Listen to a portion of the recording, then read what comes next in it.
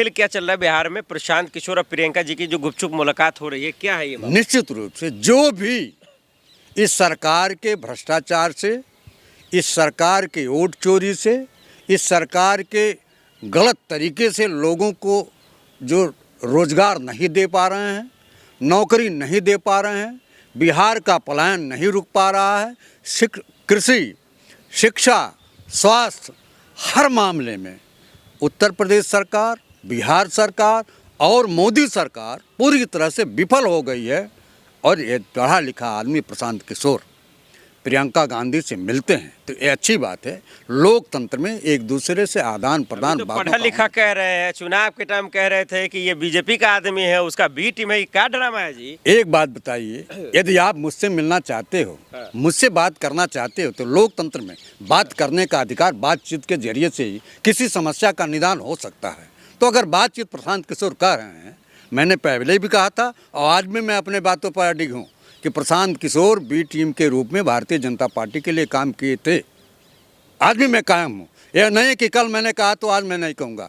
लेकिन यदि लोकतंत्र में, स्वस्थ लोकतंत्र में कोई भी व्यक्ति, कोई भी नागरिक अगर किसी बड़े दल के नेता से मिलता है, तालमेल रखता है, तो वह अच्छा ही है। अखिलेश जी आपके साथ है, यूपी में कुछ नहीं बदला पाते, तेजस्वी जी, लालू जी आपके साथ है, बिहार में कुछ आपका नहीं बेरा बेहतर नहीं हो पाता, अब प्रशांत किशोर आ जाएंगे तो क्या बेहतर हो जाएगा? नहीं, देखिए, मैं प्रशांत किशोर के आने से क्या अच्छाई होगी, क्या बुराई होगी, इस पर मैंने कोई प्रकाश नहीं डाला। हाँ। मैंने ये कहा कि हर व्यक्ति लोकतंत्र में बातचीत ही एक ऐसा तरीका है, बातचीत से एक ऐसे सलीका से कोई निष्कर्ष निकल सकता है।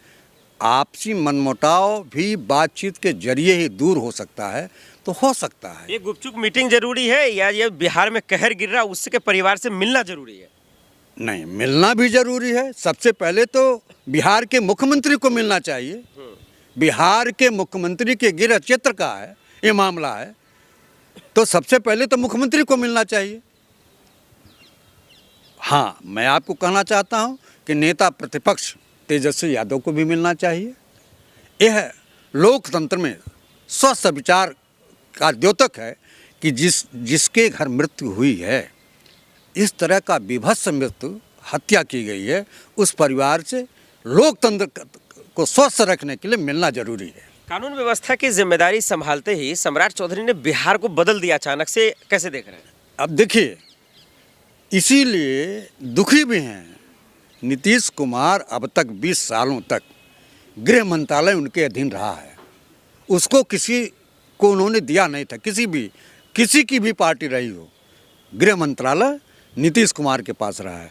आज भारतीय जनता पार्टी ने नीतीश कुमार का बेड़ा गर्क करने के लिए गृह मंत्रालय को अपने ऐसे भ्रष्ट बेईमान उचक्के को दे दिया जो खुद कानून के दृष्टि में अपराधी रहा है। लेकिन सर, बिहार ही के वो लोग हैं ना जो कह रहे हैं सम्राट चौधरी बेहतर काम कर रहे हैं, ये अतिक्रमण होना बहुत ज़रूरी था, ये भी तो एक फायदा है। एक बात बताइए, 20 साल तक अतिक्रमण आपको नहीं दिखाई दिया, 20 साल के बाद आपकी ही और नीतीश कुमार के गठबंधन की सरकार रही है, तब अतिक्रमण नहीं था।